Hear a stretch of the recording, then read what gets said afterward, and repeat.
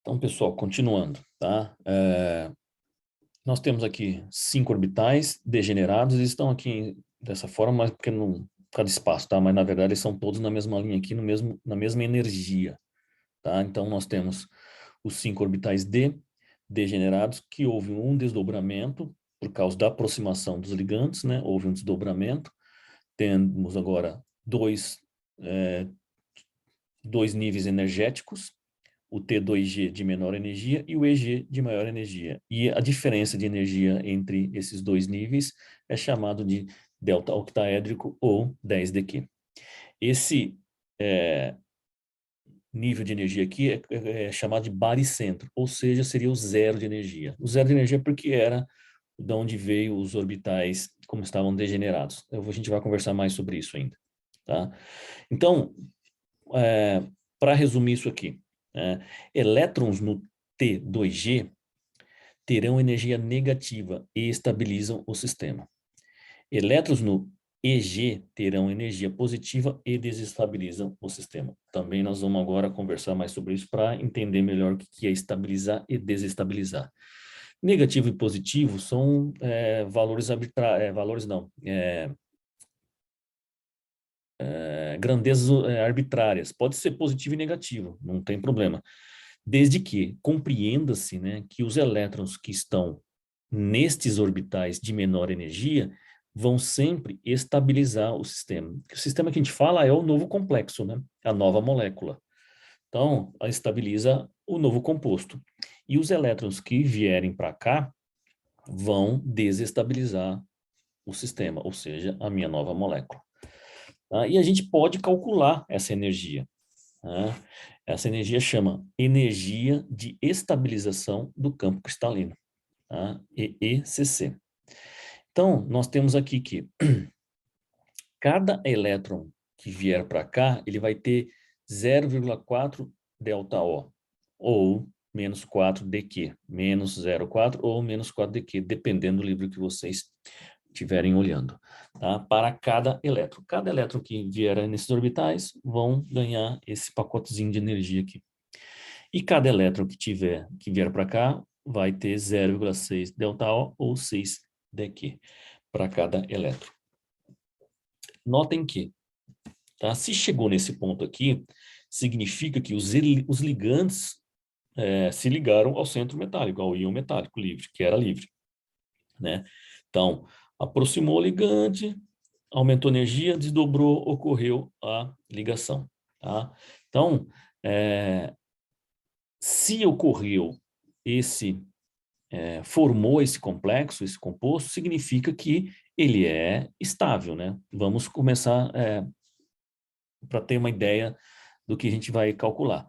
Digamos que ele é estável, porque se ele se formou, ele tem uma certa estabilidade. Então, o complexo que foi formado é mais estável que o íon livre. Tá? Então, esse cara aqui, novo composto, vai ser mais estável que quando ele era íon livre. Tá? Então, vamos lá. Aqui nós temos como que calcula a energia de estabilização do campo cristalino. Nós temos para cada número de elétrons no T2G multiplicar por menos 0,4.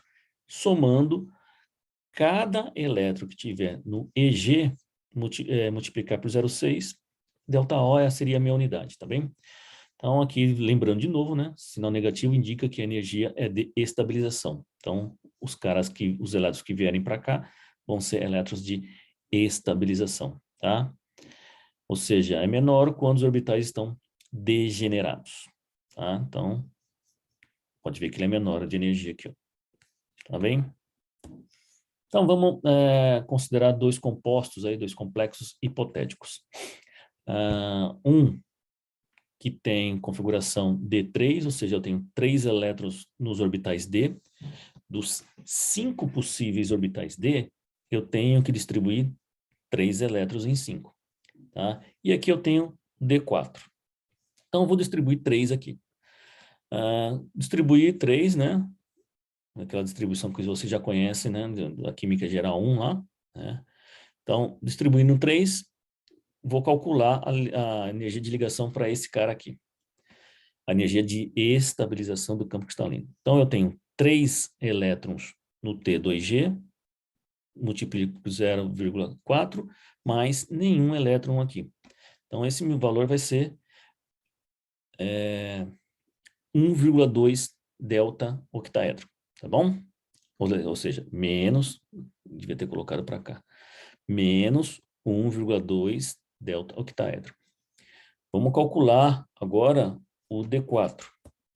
O D4 eu tenho 3 elétrons no T2G, ou seja, cada elétron vai contribuir com uma diminuição de energia de 0,4, e eu tenho um elétron no EG, ou seja, eu tenho um elétron que vai contribuir com uma desestabilização de 0,6. Tá? Então, por isso que está somando aqui. Então, a energia, o valor aqui vai ser menos 0,6 delta octaedro. Tá? Então, desses dois complexos aqui, este aqui vai ser o mais estável, né? D3. Por quê? Uma, que a energia dele é menor, ou seja, ele está estabilizando mais, né? E é visível, né? Eu tenho 3 elétrons aqui nos orbitais D que estabilizam e nenhum aqui nos orbitais D que desestabilizam. Aqui eu tenho 3 elétrons que estabilizam e um que desestabiliza. Então, esse cara aqui, né, esse complexo aqui, vai ser mais estável quando comparado com esse complexo aqui. Então, é assim que a gente calcula a energia de estabilização do campo cristalino. Tá bem? Então, lembrando, né, que eu falei anterior, nesse caso, o complexo D3 é mais estável, tá? Nesse valor, né, 1,2 delta octaedro, além da energia de estabilização de formação do complexo. A gente vai ver o que é essa energia de formação. Se o complexo se formou, ele tem uma energia de estabilização. Ele se formou, né? A gente chama energia de formação de complexo. Tá bem? Então, ele está sendo mais estável. A gente vai conversar mais sobre isso. Vamos pegar aqui um exemplo do vanádio, o vanádio e o vanádio 2+, né? Neutro e o íon livre 2+. Perdeu 2 elétrons. Perdeu qual elétron, né? O 4, 2s. Sobrou quem? O 3d3. É um complexo, é um íon metálico D3, ou seja, eu tenho 3 elétrons em 5 orbitais D para ser distribuído. Então, vou distribuir aqui, tá? Então, a minha energia de estabilização do campo cristalino é igual ao que a gente fez anteriormente, vai dar menos 1,2 delta octaédrico, tá? Para o vanádio 2+. De novo, tá? Esse valor significa que o complexo formado possui uma energia de estabilização além da energia de formação do complexo. Vamos analisar agora o zinco 2+. O zinco 2+, tem essa configuração, o zinco o zinco, né, tem essa configuração. Perdendo 2 elétrons, vai perder o 4s2, né, vai ficar com 3d10. Então, é um composto, é um íon metálico D10. Tenho aqui meus 10 elétrons para serem distribuídos nos meus 5 orbitais D, eu vou distribuir aqui dessa forma. Então, vou calcular minha energia de estabilização do campo cristalino. Eu tenho 6 elétrons no T2G, multiplico por cada um por 0,4, né, negativo, somo com 4, que multiplicado por 0,6. Fazendo a conta, vai dar 0 delta O. O que significa isso, pessoal? Esse complexo não vai existir? Vai. Ele vai existir, porque uma vez que se formou, ele tem uma energia de formação. Então, ele está formado.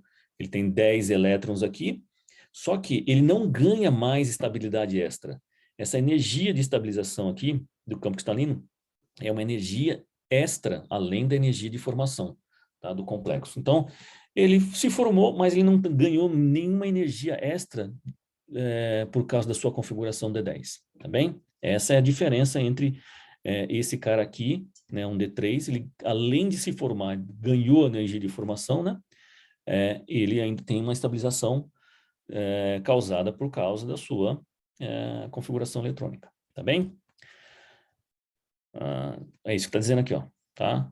Esse valor significa que o complexo formado possui uma energia de estabilização de 0, ou seja, não ganha nem perde energia, estabilidade. Ele é estável e não, tá? Vai se formar. Vamos analisar aqui uma coisa. O crômio. ele tem uma configuração do íon metálico 2+, 3d4. Então, eu tenho 4 elétrons para ser distribuídos em 5 orbitais d. Como o complexo se formou, né, houve o desdobramento do campo cristalino, né, o meu ΔO aqui, ou 10d aqui, e eu tenho 4 elétrons para ser distribuído. Então, eu coloco meus 3 aqui, e o quarto, ele vai aqui ou vai lá em cima? Né? Para onde que vai esse elétron? É uma boa pergunta, tá? É uma boa pergunta, que a gente vai começar a falar sobre isso agora, tá? Para onde ele vai? Aqui possuir menor energia de estabilização do campo cristalino, tá? Como é que a gente sabe disso? Calculando, né? Mas para isso, pessoal, temos que entender agora uma coisa. Não é simplesmente ir lá e colocar o elétron lá em cima, né? Existe uma energia chamada energia de emparelhamento, chamada P. O que é essa energia de emparelhamento? É a energia necessária para transformar 2 elétrons com spins paralelos em diferentes orbitais degenerados. Ó, é isso aqui, ó. 2 elétrons com spins paralelos em diferentes orbitais degenerados, na mesma energia, em transformar esses caras aqui em elétrons com spins emparelhados, com spins emparelhados, agora, no mesmo orbital. Ou seja, fazer com que esse elétron, falando hipoteticamente aqui, virar de ponta cabeça e ficar no mesmo orbital junto com esse cara aqui, eles são de carga negativa, né? Existe uma repulsão aqui. Fazer com que esse carinha venha para cá demanda uma energia. E essa energia é chamada energia de emparelhamento. Por que nós estamos conversando sobre isso? Tá?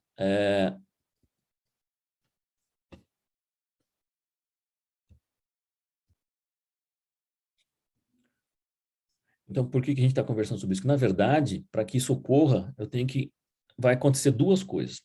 Perda de energia de troca. A gente vai ver o que é energia de troca, que ocorre quando o emparelhamento dos elétrons. E outra coisa, a repulsão colombiana, né? Entre elétrons com spins emparelhados. Esses caras aqui vão se repelir.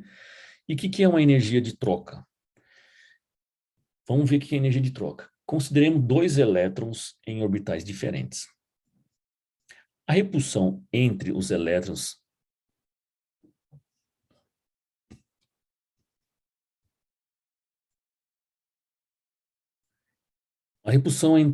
os elétrons, se eles têm spins antiparalelos, é maior do que se eles têm spins paralelos. Tá? Então, esse cara aqui vai possuir uma energia maior que esse aqui. A diferença de energia entre as duas configurações é a energia de troca. O que é energia de troca, pessoal? É fazer com que esse cara aqui troque para esse aqui. Ou, ao contrário, esse aqui troque para isso aqui. Ou seja, se eu tenho uma configuração como essa aqui em B, para eu fazer com que essa configuração se torne essa, eu tenho que fazer uma troca. Uma troca é fazer com que esse carinha aqui fique de ponta cabeça, né? Ou seja, eu tenho que dar energia para esse sistema. Então, esse sistema aqui, ele é maior, energeticamente falando, né, do que esse aqui, tá? Ou seja, é a estabilidade extra, que é a configuração de menor energia, P, possui em relação a de maior energia, tá? Então, é isso que acontece aqui, ó. Além, né, de eu colocar esse cara aqui junto, eu tenho que fazer com que ele fique de ponta cabeça. Fazer a energia de troca, tá bem? Então, é isso que está acontecendo ali. Então, vamos lá. Eu tenho agora aqui uma configuração D4, tá? Eu tenho duas possibilidades. Essa possibilidade e essa possibilidade. Vamos calcular a energia de estabilização para esse cara aqui, tá? Agora, a energia de estabilização para este carinha aqui é a seguinte: 0,4, né? Menos 0,4 vezes 4 elétrons que eu tenho no T2G, né? Mais nenhum aqui. Mais um P, que é a energia de emparelhamento. Esse aqui, ó, ele estava degenerado bonitinho no orbital sozinho, com a cabeça para cima. Ele teve que virar de cabeça para baixo e ficar com o vizinho aqui, ó. Tá? Então, ele foi o spin dele foi invertido e colocado num mesmo orbital que já continha um elétron anteriormente, tá? Então, esse aqui é a energia de emparelhamento. Vamos analisar esse cara aqui. D4, só que lá em cima. Eu tenho três elétrons aqui, né? Multiplico por menos 0,04 e um elétron lá em cima que desestabiliza, multiplicado por 0,6. Aqui vai dar menos 0,06. Aqui vai dar 1,6 mais P, tá? Que valor que é esse? Não dá para saber ainda. A gente não tem como saber esse valor de P ainda. Então, qual que é o mais estável entre essas duas configurações? Ainda não é possível saber, porque vai depender de quem? Desse valor aqui, tá? Então, o fator P causa uma desestabilização, tá? Esse é o motivo de somar. Depois que a gente soma aqui, ó.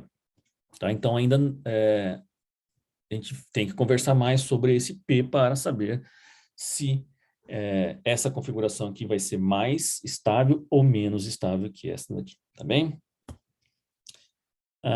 Vamos lá. Então, aqui que nós temos aqui, todos os orbitais, né? Todos os orbitais. D. Lembrando, né? Esse dz ao quadrado e esse dx ao quadrado são em que encara lá os ligantes de frente. Esse aqui é os laterais, por isso que tem mais energia, tá bem? Bom, vamos lá. Agora, nós sabemos que temos, para uma configuração D4, duas possibilidades de configuração. Uma é chamada de baixo spin ou spin baixo. Depende do livro que vocês estiverem lendo, vai ser spin baixo, é mais comum. Ou baixo spin, alto spin ou spin alto. Spin alto é porque está o elétron, o quarto elétron está lá na maior energia. Spin baixo é porque está em menor energia. Tá? O que vai determinar a configuração A ou B é a magnitude de quem? Da energia de emparelhamento. E outra coisa, do valor do desdobramento, o delta octaédrico. Tá? Então, tem duas coisas aqui a ser analisada para saber se eu vou ter spin baixo ou spin alto. Primeiro é saber o valor do P. E outra é saber o tamanho desse pulo aqui. Por que isso, pessoal? Porque para colocar esse elétron aqui, ele tem que vir de um estado de energia menor e subir para um estado de energia maior. Eu tenho que dar energia para esse cara subir aqui, né? Se esse salto for pequeno, tá tudo bem, então a energia é menor, então ele vai, energia baixa, então pode ser que ele vá mais facilmente, tá? Do que se esse salto for muito grande.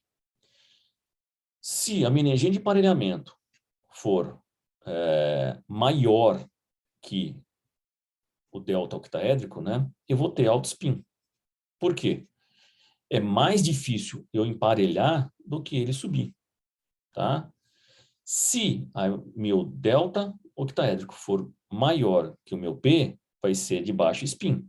Por quê?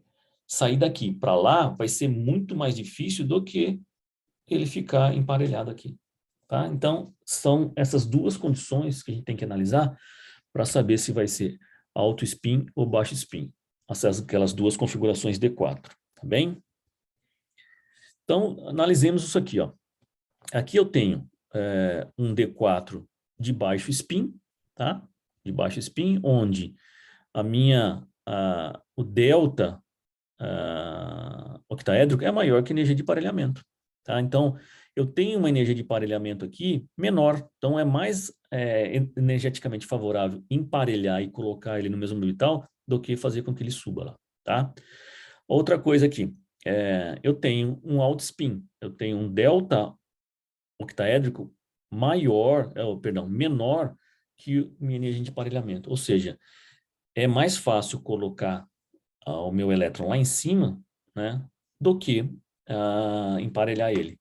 Observem vocês que aqui está maior, né, mas na verdade eu coloquei aqui para causar discussão. Como não tenho valores energéticos aqui, né, não tem valores de energia aqui, esse delta aqui é arbitrário. O que tem que atentar é para o comentário da situação. Tá? Aqui eu estou dizendo, né, independentemente desse salto aqui, ele vai ser sempre menor do que o P, para um caso específico. e para outro caso específico, ao contrário, tá? Lembrando que nós estamos falando de uma coisa geral aqui, generalizada, não é um caso isolado. Então, quanto maior a atração e interação do ligante com o íon metálico, maior será o ΔO, tá? Isso aqui é uma informação bastante importante. Quanto mais fortemente o meu ligante interagir com o meu íon metálico, maior será o desdobramento, tá?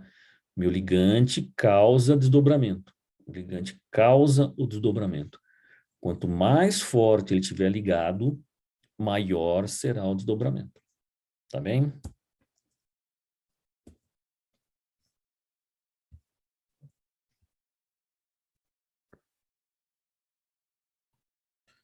Bom, então o que nós temos?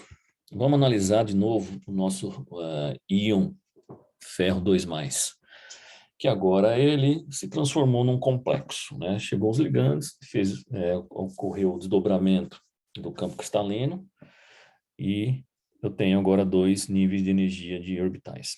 Ele, como ele é um D6, eu tenho 2 possibilidades de distribuir estes 6 elétrons. Ou spin baixo, né? Ou spin alto. Se spin baixo significa que o delta, né, é maior do que a energia de emparelhamento. Se é spin alto, o meu delta octaédrico é menor que o emparelhamento. Ou seja, emparelhar é mais energético do que fazer com que ele suba. Para calcular a energia de estabilização do campo cristalino, é a mesma coisa, né? Eu tenho 6 elétrons aqui, multiplicando por 0,4 negativo cada um, né? E eu tenho nenhum elétron aqui, ou seja, vai dar menos 2,4 mais 2p. Observem vocês que, por que 2p? Se eu tenho 3 pares aqui. Porque, na verdade, D6 de spin baixo ou D6 de spin alto sempre vai ter pelo menos um par de elétrons necessariamente emparelhados no mesmo orbital. Então, para que esse venha para cá, é 1p. Para que esse venha para cá, é 2p's. Então, são 2p's. Não confundir, tá, pessoal? Porque, olhando aqui, mas eu vou colocar, tenho 3 pares, 3p's. Não, não é. Então, são só 2, porque um necessariamente vai existir. Tá bem? Então, é isso que está dizendo aqui. Tá? Temos 2p's e não 3p, pois 1p necessariamente estará presente nas duas configurações. Tá bem? Aqui e aqui.